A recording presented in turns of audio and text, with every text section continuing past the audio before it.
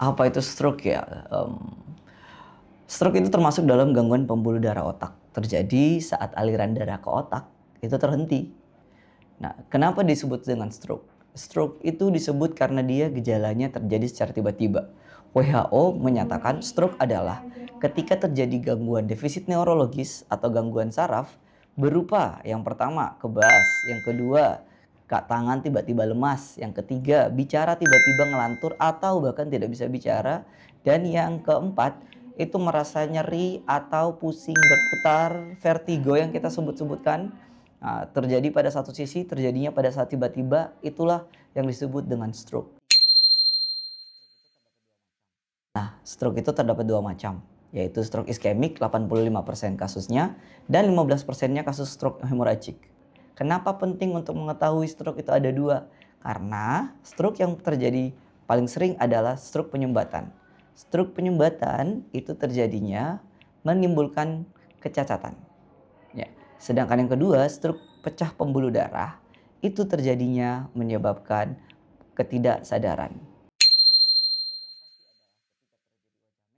Gejala stroke yang pasti adalah ketika terjadi wajah mencong, kemudian ketika tangan tiba-tiba lemas, kemudian bicaranya tiba-tiba melantur, atau pelo, atau lidahnya tiba-tiba kebas paruh tubuh, maka jangan tunggu, segera ke IGD.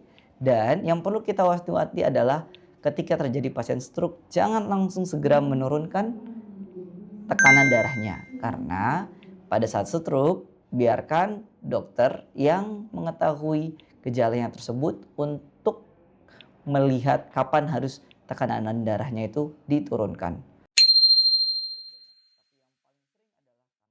Faktor risiko stroke banyak, tapi yang paling sering adalah karena kolesterol tinggi, kemudian karena hipertensi dan memiliki penyakit diabetes atau ginjal, kemudian kurangnya aktivitas fisik. Dan yang paling terakhir ya tentu saja yang paling sering menyebabkan gangguan yang berhubungan dengan pembuluh darah adalah konsumsi rokok yang berlebihan. Ingat sekali lagi, berlebihan ya Mbak. Ya.